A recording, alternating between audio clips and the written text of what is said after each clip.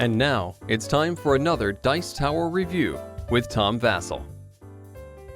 Hey folks, today we're taking a look at a new, well, not a new game, it's a newer version of a game, and this game is London from Martin Wallace. Now this is the Osprey Games version, and this game has changed considerably from the first version of London, which was published, I believe, directly, well, it was a Mayfair, I don't remember who had it initially, but I played London back in the day, and even though I was a big Martin Wallace fan, did not really resonate with me.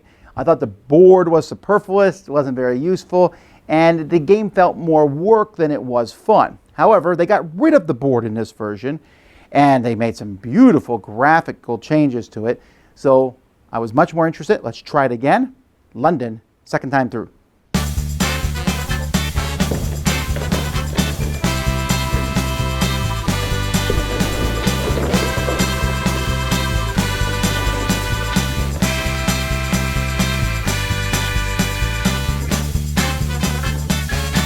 Okay, so this is the board. There's places to discard cards, and as players discard cards over the course of the game, they're going to go here in the middle, and when players draw cards, they can draw from these cards that are here. And if this board ever fills up, the bottom row empties out and the top row comes down. So there's kind of a cycling method that goes along. Each player is going to have a handful of cards at the beginning of the game, plus they have 5 pounds.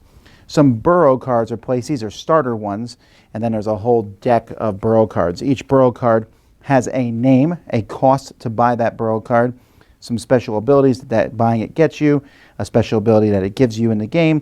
It tells you if it's south or in the north of London, and whether it's next to the river or not. If it's in blue, it's next to the river. Some of them are not in blue. So on your turn, the first thing you're going to do is you're going to draw a card. Remember, you can draw from here, or you can draw from the top of the deck. The deck is split into A, B, and C cards, so that the A ones will come up first. So you're going to be getting different cards. Then you get an action. One of your actions can be draw more cards. So you can draw 3 cards as an action. Another thing you can do is you can buy one of these burrows. You simply pay the amount here, and then you get a bunch of rewards on the side. So this gives 1 point, 4 cards, and lets you lose 2 corruption. This one here gives you 2 cards, 4 points, and you can lose 2 corruption. You're going to place these burrows in front of you, which gives you this special ability. So here, for example, at the start of your turn, if I have Westminster, instead of drawing, I can draw 0, 1, or 2 cards. All right, and this also gives you a bonus when you activate your city. If I get another one in the future, let's say I get a new borough, I put it like this. This shows that I have more than 1 borough. Sometimes you have cards that affect how many boroughs you have. But the special ability is going to be replaced, in which case here there's none. So hopefully I'll get one with a better special ability. So here, when you run your city, discard a number of paupers, gain £1 and remove a poverty per pauper card discarded. So that's a different special ability. So that's another thing you do in your turn is you can get one of these. A third thing you can do in your turn is you can put cards into your city in front of you, and this is kind of the meat of the game. You can have as many stacks in front of you as you want. When you put a card out, the first thing you do is you look at the color of the card. So this one is like a tan card. You have to discard a card of the same color to put this card down. So except for like the coffee house says, do not expend a card to play. So I could just put this one down. But if I want to put down the Vintners, so I'd put them down. I discard a card of the same color into the discard area. And I can do more than one. I'd have to do them in different stacks. Maybe I put out the Bank of England and get rid of the fishmongers. And I want to put out Christopher Wren, but I don't have another blue card. So you can have multiple stacks, and later on in the game, you're going to be able to put cards. In the future, you can put cards on top of stacks that you already have. You can also run your city. When you run your city, for each card in your city, there might be an activation cost. Like for example, let's say I had the West India docks here. This will require me to discard a card from my hand. So this one has no activation cost. It gives me 4 pounds, and then I turn the card over. That's what that means. This one has no activation cost. I get 2 pounds and 2 points, and I turn this over. This one requires me to discard a card, gives me 7 pounds, and then I turn this one over. Now, most of the cards get turned over, but not all of them do. And different cards that you play are going to do various things. For example, the sewers here lets me get rid of 3 corruption. And you might be at this point saying, what are you talking about corruption? Well, corruption's not a good thing. Whenever you run your city, when you're done running it, for each stack that you have, you get a corruption, which are kept track of with these black cubes. There's 1 corruption, there's 5 corruption, and then 15. I'm sorry, poverty. I don't know why I'm calling it corruption. It's called corruption in another game. So poverty. And so you're going to be getting this poverty. You also get a poverty for every card in your hand. So you have this poverty that you're constantly getting. And so you're going to want to play things like, the sewers here. When this is in your city and you run it, you will lose 3 poverty. Sometimes when you have a certain borough in your city, there's an activation thing. So every time I activate my city, I get an extra poverty. Poverty is bad. Now, why is poverty bad? Well, let's take a moment here to take a look at the end game scoring. You'll notice there's a score track there to keep track of your scores, but at the end of the game, whoever has the fewest poverty will discard all their poverty. So let's say I have 8 poverty. I get rid of it all. And then everyone else gets rid of the same amount of poverty. So everyone else will lose 8 poverty. You then count the amount of poverty you've left, and this is how many points you lose.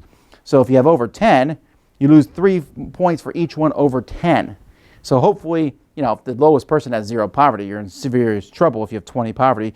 But if you have 20 poverty and someone else has 16 poverty, you're fine because you're only going to lose 3 points for having 4 poverty. So a lot of the game is about getting rid of poverty, but every time you run your city, you're going to take more poverty. There's all sorts of cards. Like this one here has a special ability. Put a pound from the supply in this card every time you place a card in your building display here in front of you. And when you run your city, you take the coins in his cards. There's some cards that let you flip them instead of another card, which will let you activate a card twice. This one gives you prestige, which is points, plus 1 prestige for each borough you own, each one of these. If you own from both North and South London, you have to pay 2 pounds. So I guess you need to stay on one side.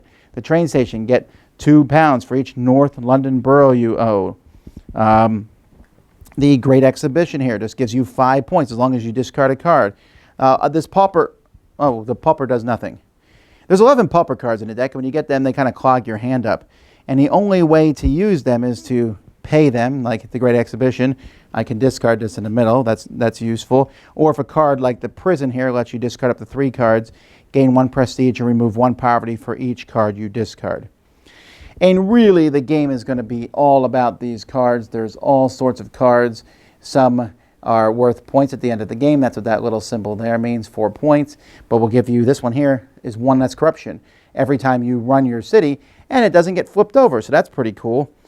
This one here, most of them, just give you money. This one puts a coin on here every time someone else buys a borough card. And when you run your city, you take the coins in this card, and it never flips over. So most of the cards flip over, but not all of them. This gives you 1 for each brown card in your display. So there's all sorts of cards, and this is kind of the whole focus of the game. The game will end when that card deck is run out. Players will get points for all the different cards in their city, whether they're flipped upside down or not, the little points I showed you. And you'll add that to the scores you've gotten and lose points for poverty. Most points is the winner of the game. Okay, so let's talk about the positives. This game is gorgeous. Those borough cards are fantastic. And getting rid of the board and putting in the borough cards is just a really good idea. As you play through this game, you have these boroughs in front of you. They just look good. The other cards look great. The theming of the game really comes through. Speaking of theming, side note, I'm not exactly comfortable as using paupers as currency, which they essentially are in this game. I know historically, right, but when you're like, oh, here's a way to get rid of pauper cards from my hand, I'll send them all to prison. That feels a little off.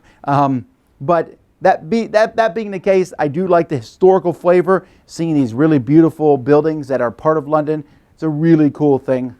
So I'm glad for that. The box is also nice. It's one of these open boxes like this, has a spot to keep all the components inside. The cubes, the cubes are okay for the poverty. It is odd that there's cubes, discs, and then a token that says 15 poverty.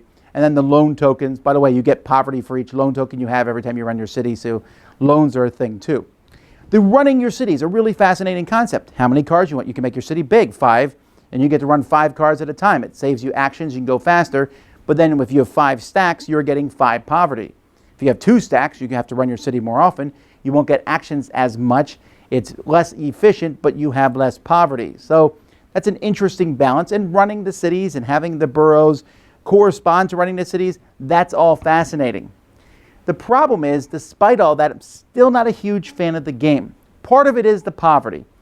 I get that the poverty is important, and the poverty has some interesting mechanisms behind it. Essentially, you don't have to worry about poverty in relevance to the game. You're just looking at it in relations with the other players. So if everyone is getting a lot of poverty, so can you. And you don't have to keep track of who has poverty and such. However, it still feels like work to me the whole time. It's like there's this constant overbearing, the poverty comes in, to the point where sometimes it can happen near the end of the game, especially where you don't even want to run your machine. You kind of sit there because I'm just going to get more poverty. I can't afford any more poverty right now, so I'm just kind of sitting here drawing cards, waiting for the game to run out. And the game can fizzle to an end, and I'm not real keen on that. And poverty can often make or break the game. So the idea of running a machine is fascinating, but most games that let me run a machine, like I do put these together, then run a machine. This one is not as exciting for me because you run your machine and then half the cards or more than half are turning face down and then you have to build it up again. I don't find that as fascinating. It's like I build this up, run it. Ooh, neat. Okay, now I got to build it up again and run it. And that's not as interesting to me as run this machine, run it again, make it better, run it again. That's the kind of game that appeals to me.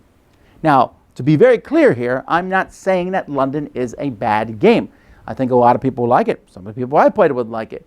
But for me, the game feels more like work and also felt like it was slightly long. And a couple of the things I found wonky, like the discarding cards, and they go in different rows, and then the top row comes down. That just felt like an extra rule. But it's definitely better than the first London, okay? It's definitely a faster, more streamlined game than that one was. The getting rid of the board and the cards, and it's beautiful. Beautiful, though, doesn't make me like a game. Fun makes me like a game. And for me, on my personal level, this game was not as fun just because of the effort required to constantly get rid of these cubes. It just felt like there's this constant burden of, ooh, I did this, I got some money. And money feels tight in this game because you can run your thing, oh, I got a lot of money. Now I spent it all, it's gone again. I got to get more money. And that's great, that's this engine. But while you're running that, this poverty cubes keep sneaking in the mix. Then there's loans. I'm not really sure about loans. They're bad. You got to repay them. You lose points for them. They give you poverty. But should you take loans? And that's that constant going into debt and getting poverty. Isn't this supposed to be fun? That doesn't seem like a fun theme for a game. So a lot of you are going to love this. And for those of you, I recommend this. But even though I've liked many of Martin Wallace's games, they often have this kind of in the background, there's this monster about to get you. In this game, the monster is poverty and a lot of points that you lose at the end of the game.